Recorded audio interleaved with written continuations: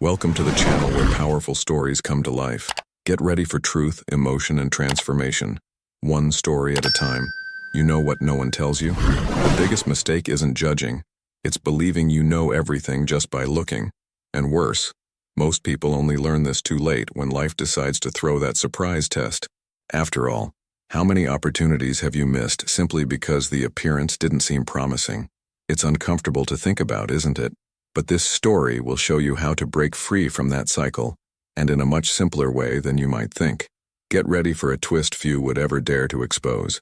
Picture a boss walking into his own store undercover and catching his employee judging someone on the spot just because they didn't look like they had money. What happened next wasn't just a scolding. It was a true masterclass in empathy, leadership, and transformation. And the best part? With lessons you can apply right now in your own life and work. If you've ever thought you can tell who's who at first glance, this story is for you. Because in the end, success isn't defined by a quick look, but by the ability to see what's invisible. And today, I'll show you exactly how to develop that skill, in a simple, practical, and above all, transformative way. That December morning, Laura walked into the grand department store with her usual calm smile. Her steady steps contrasted with the suspicious glance of Felipe, the salesman. He didn't see a customer. He saw a stereotype: simple clothes, modest purse, no flashy watch or designer shoes. And like so many do without realizing, he began to write a mistaken story in his mind about who stood before him.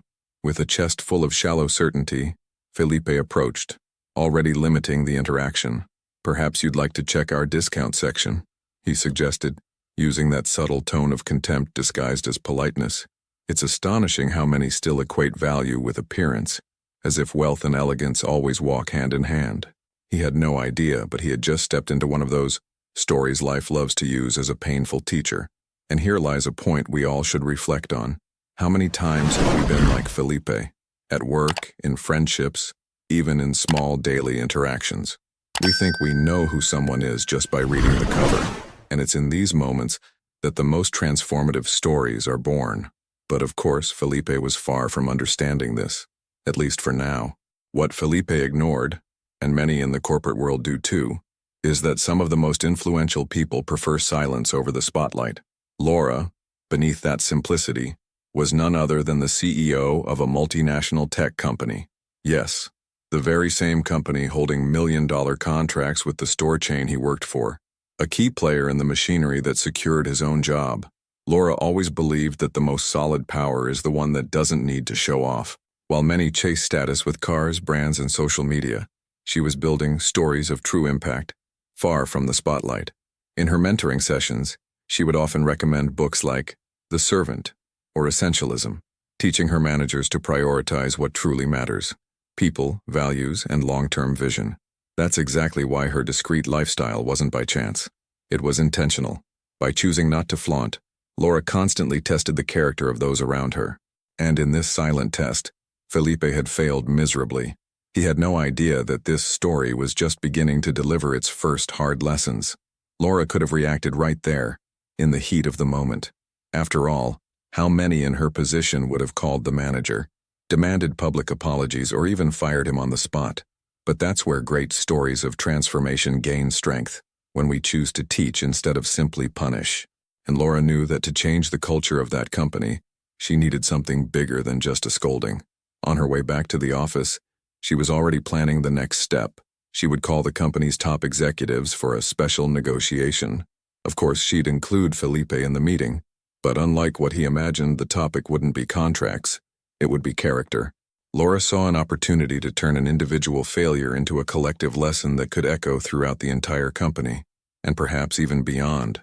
That's how, my friend, leaders build stories that last. It's not just about correcting the visible mistake, but addressing the invisible root. If you've ever led a team, you know what I mean. The real problems almost never show up in spreadsheets. They appear in daily behavior. Laura knew that. And Felipe was about to find out in a very uncomfortable way. On the scheduled day, the headquarters meeting room was flawless. Fresh coffee, chilled water, every detail carefully prepared. Felipe, of course, had been invited to this so-called special negotiation. He arrived looking sharp in his best suit, believing this would be a great opportunity to witness an important deal, maybe even to be promoted. After all, perhaps Laura was a new investor. But then the door opened, and the scene that unfolded changed the course of that story. Laura walked in accompanied by her executive team. Each face carried decades of experience and billion-dollar decisions. Subtle smiles, steady eyes.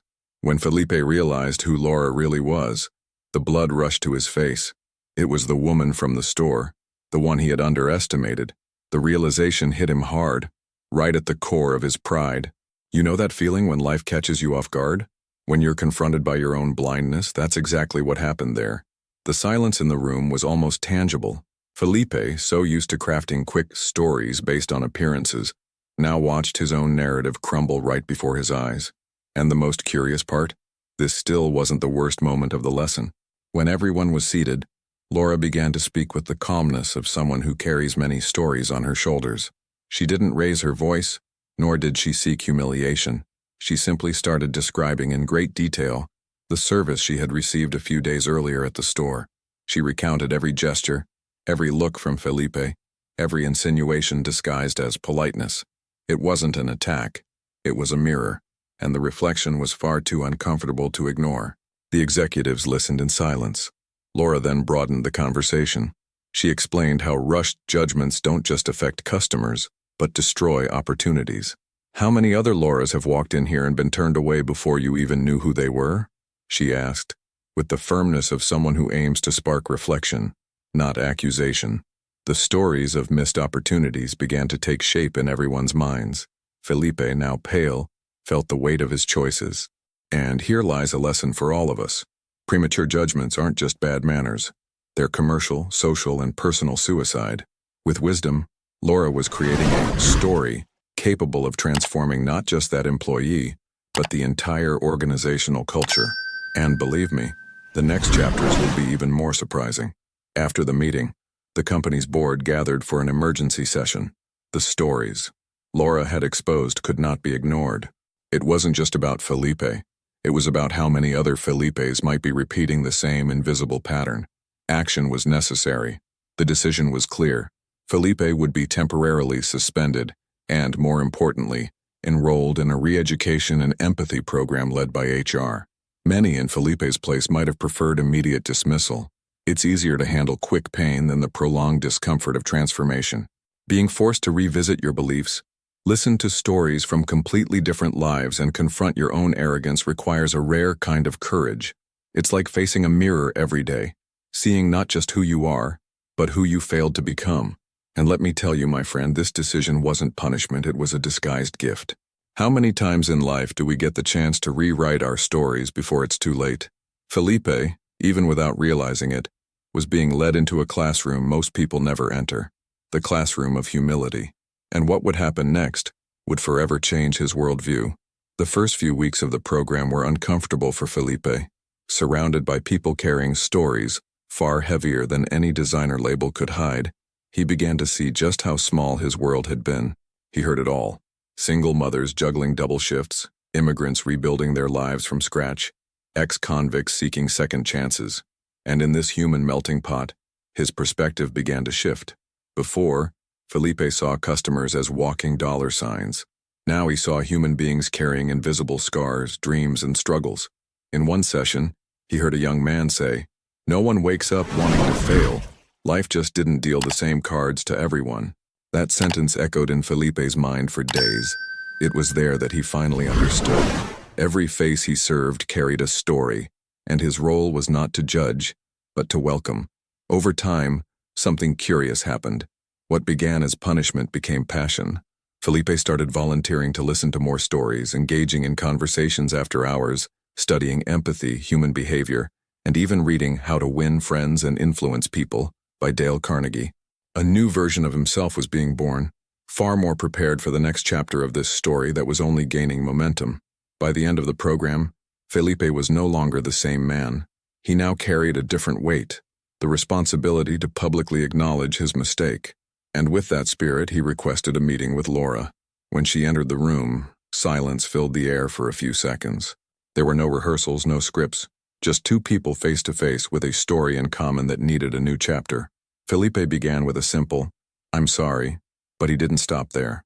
He shared with Laura the stories he had heard during the training, the lessons he learned, and how each account had deeply transformed him. He admitted that for a long time he believed he could judge a book by its cover, until he realized how many precious pages he had missed because of that blindness. Laura listened in silence, with the look of someone who has witnessed many egos collapse to make room for solid humility. In the end, she simply said, "It's beautiful to see when someone chooses to write new stories with awareness." And at that moment, Felipe understood that forgiveness was not just relief, it was a new chance to be part of something greater. After that sincere apology, Laura made a decision that to many might have seemed risky, but in truth carried the essence of great stories of transformation. She offered Felipe a new role, coordinator of the company's humanized customer service department. Now he would have the mission of guiding other employees so they wouldn't repeat the same mistakes he once made. Taking on this new role wouldn't be easy. Felipe knew that to inspire his team, he would need to share his own falls and lessons. During trainings, he began to tell the stories he lived through in the re-education program, recounting the encounters that helped him see beyond appearances. And interestingly, it was precisely this vulnerability that earned him more respect among the new employees. Instead of repeating scripted corporate phrases, Felipe used real examples, like the immigrant who rebuilt her life selling sweets on the street, or the man who, even after losing everything, still smiled. It was these stories that taught the true meaning of serving with empathy. And little by little, the department's culture began to change from the inside out. Today, as he walks through the store's aisles, Felipe no longer sees customers. He sees walking stories. Every smile, every doubt, every complaint, all carry an invisible background. And that's exactly what he tries to teach new employees. We don't just sell products here. We offer respect, listening, and sometimes the only kindness that person will receive that day. In his internal lectures, Felipe often challenges his team with a simple question. How many opportunities do you think you've lost just by judging too quickly? This unease opens space for every employee to reflect on their own filters. After all, automatic judgment isn't just a business problem. It's a life problem, and changing that mindset requires seeing the stories that were previously invisible. Today, the humanized customer service department has become a reference in the company. And the most curious part? It all started with a mistake that became a school, a fall that became a foundation. Because in the end, the most valuable stories aren't the perfect ones. They're the ones that first break us and then rebuild us into better versions. Now tell me, how many stories have you missed just because you judged before listening? How many times could a customer, a coworker, or even a stranger have been your greatest opportunity for learning, partnership, or even friendship, but you turned off your radar because they didn't seem important? The truth is simple. While many chase magical success formulas, few understand that the real secret lies in seeing the human being beneath the surface. And here's a direct invitation. What if, starting today, you tried doing the opposite? Look with curiosity, listen with attention, and create space for the stories to reveal themselves. It can be at work, in daily life, in customer service, or even at home. Because in the end, those who master this ability don't just improve their careers, they transform their lives. Now, if you want to keep receiving stories like this, that challenge you, provoke you, and help you grow, you already know what to do. Subscribe to the channel, turn on notifications, and join me on this journey of transformation. Believe me, the greatest turning points in your life may be disguised, just waiting for your new perspective.